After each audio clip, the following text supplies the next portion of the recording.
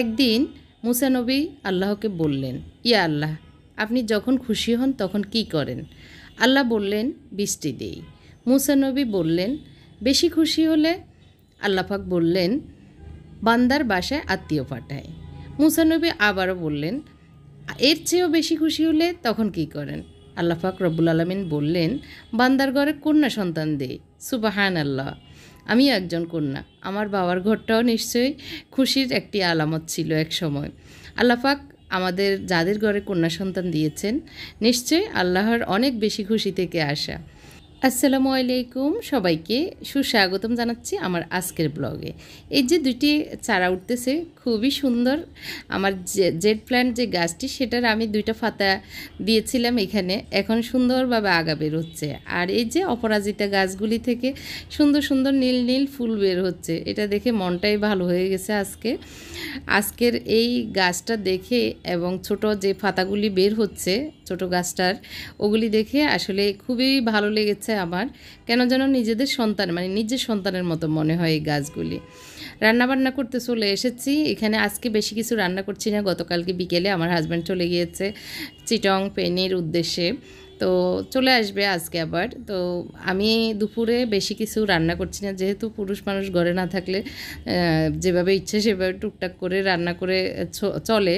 তো এখানে মুরগি গোশত রান্না করছি, রাইস কুকারে কিভাবে রান্না করছি সেটা দেখাচ্ছি। আর আজকে আমি দেখাবো সহজে কিভাবে, এখন যেহেতু আমের সিজন, সহজে কিভাবে আম কুটা যায় সেটা আশা করি শেষ পর্যন্ত দেখবেন। এখানে আমি মুরগি গোশতে যা যা মশলাপাতির দরকার সব কিছু দিয়েছি। প্রথমে সরিষার তেল দিয়েছি, তারপরে মুরগি গোশত দিয়ে এখন লাইনটাও দিয়ে দিয়েছি। মশলাপাতি যা যা দিয়ে সব কিছু দিয়ে এভাবে একটু ভেজে নিচ্ছি। তবে হাই হিট যেটা, সেটা দিলে বেশি মানে তাড়াতাড়ি গরম হয়ে যায়। তো এই জন্য একটু মানে গরম করে একটু ভেজে তারপর লো হিটটা দিয়ে দিব, তাহলে সুন্দরভাবে হয়ে যায়।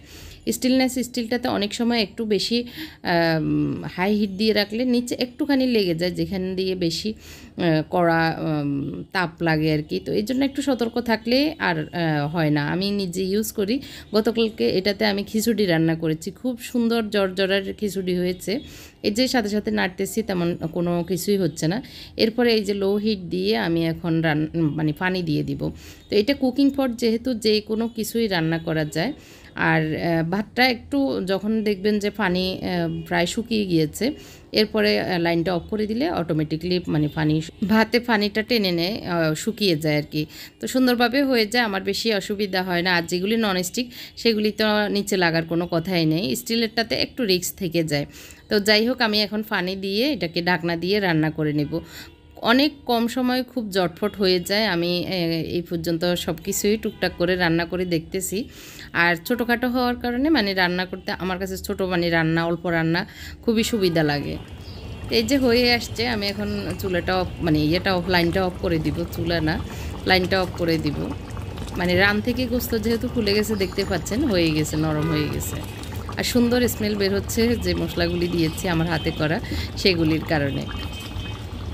মশলা আমি সেল করব, তবে ঈদের আগে আমি আর এইটা শুরু করতে পারিনি, এর জন্য আমার খুব মন খারাপ। আমার হাজব্যান্ড বললো, আর অসুবিধা নেই, ঈদের পর থেকেই শুরু করো, ঈদের পরেও তো মানুষ খাবে, অসুবিধা নেই।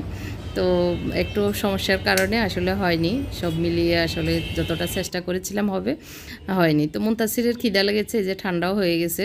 তা আমি গতকালকের এই খিচুড়ি ছিল, এই জন্য আজকে আর রান্না করতে হচ্ছে না। ওকে খিচুড়ি দিয়ে গোস্ত দিয়ে ভাত দিয়ে মানে খাবারটা দিয়ে দিচ্ছি।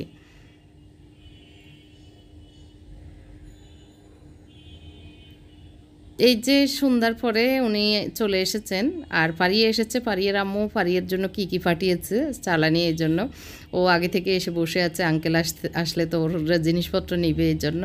আর অনেক কিছু এসেছে ফেনী থেকে, বোনে দিয়েছেন, গিফট এসেছে, বাসুর মানে আমার শ্বশুরবাড়ির জিনিসপত্র ওনারাও পাঠিয়েছেন। সব মিলিয়ে আর কি। আফা বাজার করতেছিল, আফাকে বললাম আমার জন্য মাছ মুরগি কিনে দিতে। তো আফা মাছ মুরগি কিনে এভাবে করে রেখে দিয়েছিল ডিপ ফ্রিজে, এখন ওনার কাছে দিয়ে দিয়েছে। সুবিধা আমার, আর এখানে বাজার করতে হয় না, ওনারা কিনে দিলে আমার জন্য একটু সহজ হয়ে যায়। আর ফেনীতে ঢাকার চেয়ে একটু তুলনামূলক দামের দিকেও সাশ্রয়ী হয়। তো যা যা মাছ দিয়েছে আমি এই ফ্রিজটাতে রেখে দিচ্ছি, আর ছোটো ডিপ ফ্রিজটা একটু ধুতে হবে। আর আমকে সিদ্ধ করে এভাবে দিয়েছে, আর কিছু সবজি, তারপরে হচ্ছে কাঁঠালের বিচি কুটে ধুয়ে মানে ওই যে চামড়া ছিলে ওইভাবে দিয়েছে। আবার হচ্ছে এগুলি সব গিফট এসেছে আর কি বাড়ি থেকে। আর এগুলি হচ্ছে পুঁই শাকের ডাঁটা একদম চিলে সুন্দর করে পরিষ্কার করে ছোটো ছোটো করে কেটে দিয়েছে। আর লতি পুঁই শাক যদিও আমার হাজব্যান্ড খেতে পারবেন না বলতেছিলেন। তো আর হচ্ছে মানে বেগুন, কাঁকরোল, কলা, বাড়ির জমিনের পাট শাক, তারপর হচ্ছে কাঁঠাল, আম, গুড়ি, তারপরে হচ্ছে নারিকেল। তো যাই হোক, আমি আমগুলো এখানে 26 কেজির 1 ক্যারট আমি খুলে একটু মিলে রাখতেছি, তো যাতে করে ভালো থাকে। এগুলি গিফট এসেছে, তো একদম ফ্রেশ আর কি। জানি না মানে ফরমালিন মুক্ত কিনা, মানে ফরমালিন বলতে কেমিক্যাল বা ফরমালিন যেটাই হোক ওগুলো মুক্ত কিনা আল্লাহ ভালো জানেন। তো আমি যেগুলো একটু নরম হয়েছে সেগুলো আলাদা করে নিয়েছি যে, আর যে যে জিনিসগুলো এখানে আছে ওগুলি ঠিকঠাক করে রেখে আসলে রাতটা ওইভাবে কেটেছে। এখন সকালবেলা এই যে সেদ্ধ করা এই কাঁঠালের বিচিগুলি রাতে এনেছিল, আমি সকালে এখন ধুয়ে ভালো করে সিদ্ধ করে নিয়েছি। আজকে একটু পুঁই শাক দিয়ে রান্না করছি, আর হচ্ছে বাকিগুলোকে আমি ডিপে বক্সে রেখে দিব আর কি। 4 বক্স আমি করে নেব, কারণ আমার যতটুকু লাগবে এই যে বাকিগুলোকে আর কি অল্প অল্প করে রেখে দিব। আর এখানে একটু শিং মাছ রান্না করেছিলাম, 4-5টা আমি শিং মাছ রাতে নর্মালে রেখে দিয়েছিলাম ঢাকনা দিয়ে ভালো করে বেঁধে আর কি। তো এগুলিকে ঝোল করে রান্না করে নিয়েছি, স্যুপের মতো যেন খেতে পারে। রুটি দিয়ে এখন খাওয়া হবে, আর দুপুরেও আমার হাজব্যান্ড যেন একটু স্যুপের মতো খেতে পারে, তো এর জন্যই একটু ঝোল বেশি করে রান্না করছি। আর এটা হচ্ছে আপা কাঁঠাল রান্না করে পাঠিয়েছে, কাঁচা কাঁঠাল ভর্তা বানিয়ে পাঠিয়েছে আমার জন্য।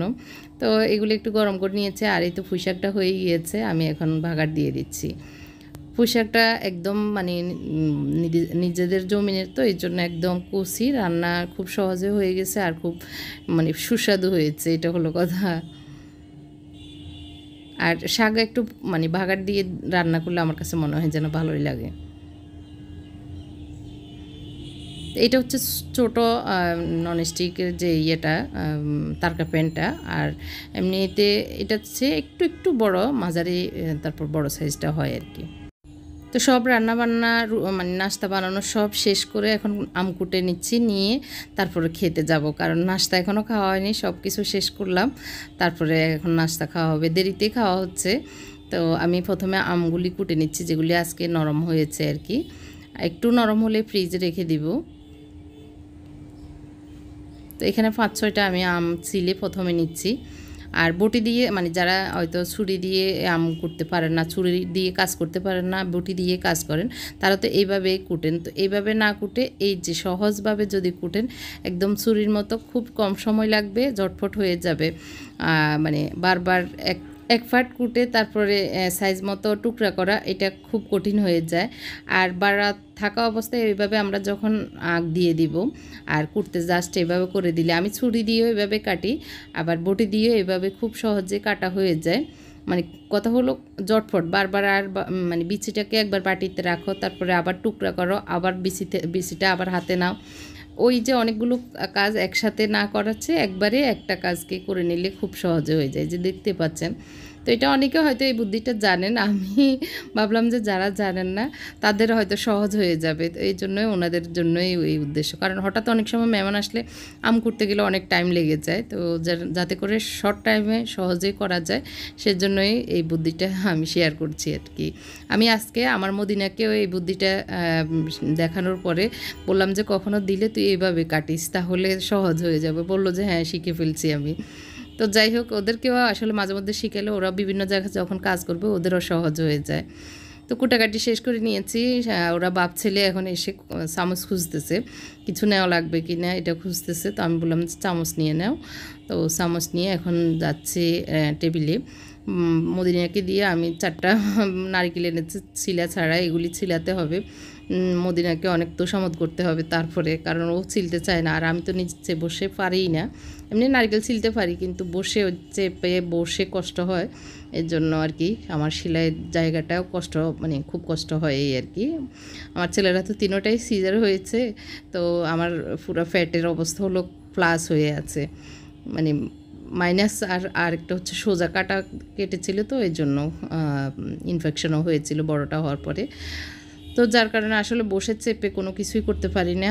এখন আমরা সবাই নাস্তা করব, দুপুরের খাওয়ার মানে 12টা বেজে গেছে আর কি। দুপুরের খাওয়া হয়তো বিকেলে হবে, না হয় হবে না।